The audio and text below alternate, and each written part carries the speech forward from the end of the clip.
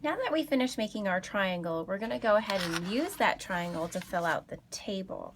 So recall, to fill out the table, you need to know which side is opposite, which one's adjacent, and which one's the hypotenuse. So I'm going to go back to my triangle and I'm going to label each of the side lengths based on those three terms.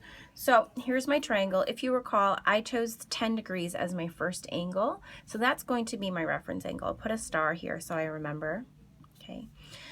If you look at this, my right angle is here, so pointing to this side length, 8.7 centimeters. This one ends up being my hypotenuse, so I'll put hype there. If I'm standing at this 10-degree angle, my opposite side is going to be on this side over here, so this one's the opposite. And then this leaves my last side length to be my adjacent. So now that I have everything labeled, I'm going to go look at my table here.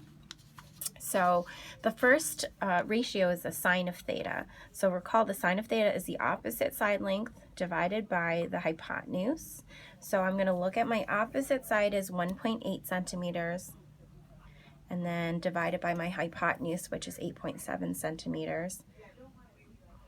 I'm going to go ahead and take my calculator and divide those two numbers. So 1.8 divided by 8.7. Gives me a nice long decimal, which is actually okay. I'm going to try to write out as many decimals as I can. So 0.206896, Okay, so you'll really do the same thing for the rest of them. I didn't leave a lot of space, but I'm going to do the next one. So the cosine, you're going to use the adjacent side and divide it by the hypotenuse. So that means for this one, sorry, I'm just going to do one of these. On my adjacent side is my 8.6. Excuse me, my hypotenuse is 8.7. I'm going to throw that into my calculator and actually do 8.6 divided by 8.7. Oops. And then that gives me 0.988505-ish. So I'll just write as many decimals as I can.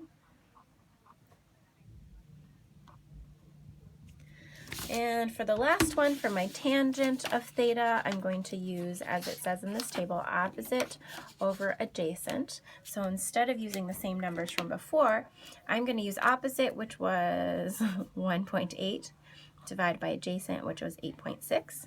I'll take my calculator and I'll say 1.8 divided by 8.6 gives me about 0.2093.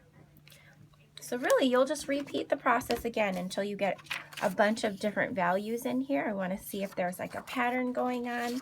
So if you recall, I just started with the 10-degree angle. What you'll do is just draw another triangle on the same piece of paper, but a right triangle with 20 degrees. You can pick random ones if you like to. Split it up with other people so that you get the whole table filled out.